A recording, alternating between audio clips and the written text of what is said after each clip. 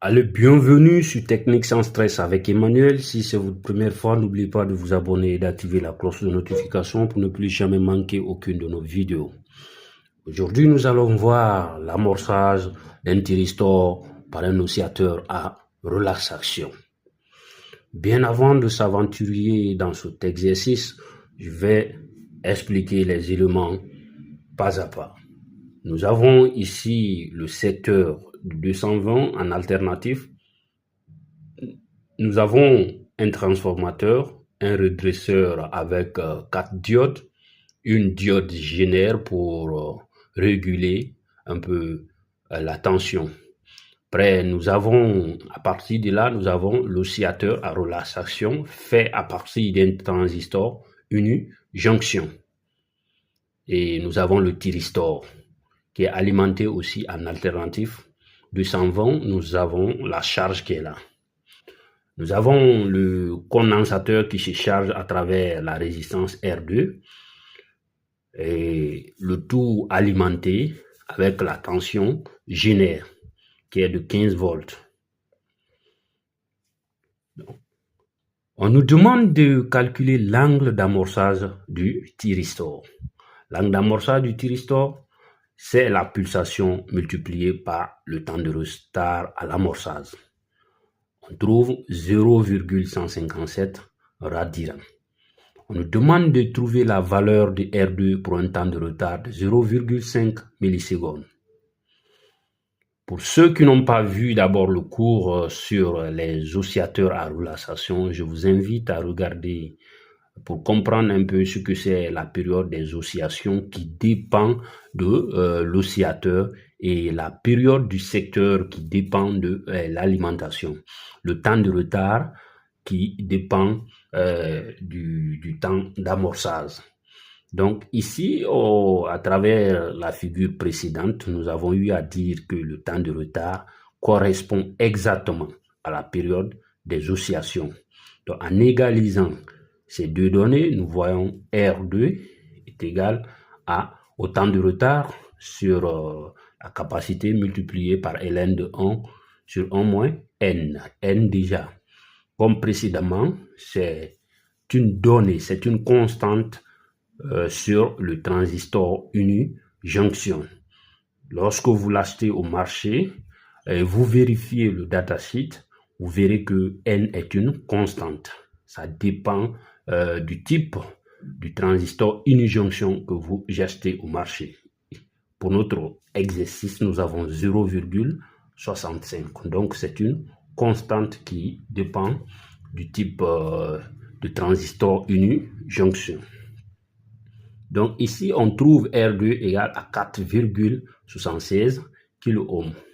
On nous demande de calculer le nombre d'impulsions reçues par la gâchette.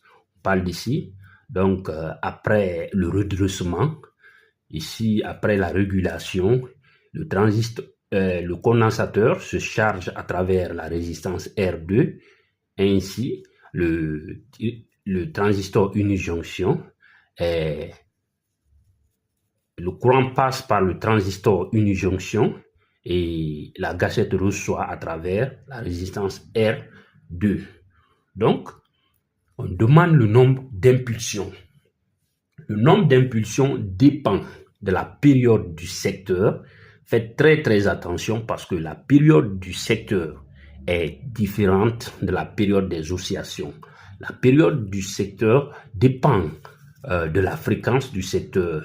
Or, la période des oscillations dépend naturellement, comme vous l'avez vu, de la valeur de la résistance à laquelle le condensateur se charge, de la capacité même du condensateur et de la constante qui dépend du transistor uni-jonction.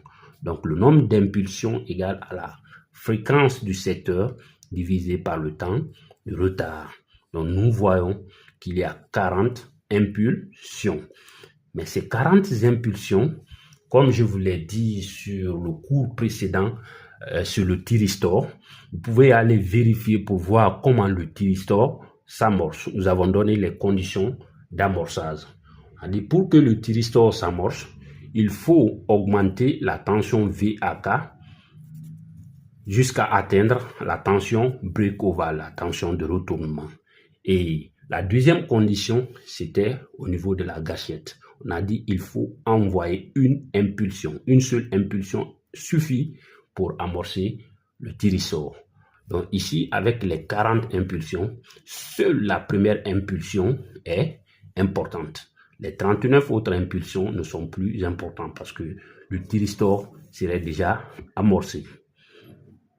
On dit de trouver la valeur de R2 pour un angle d'amorçage de 175 degrés en radian qui donne 3,05 radians.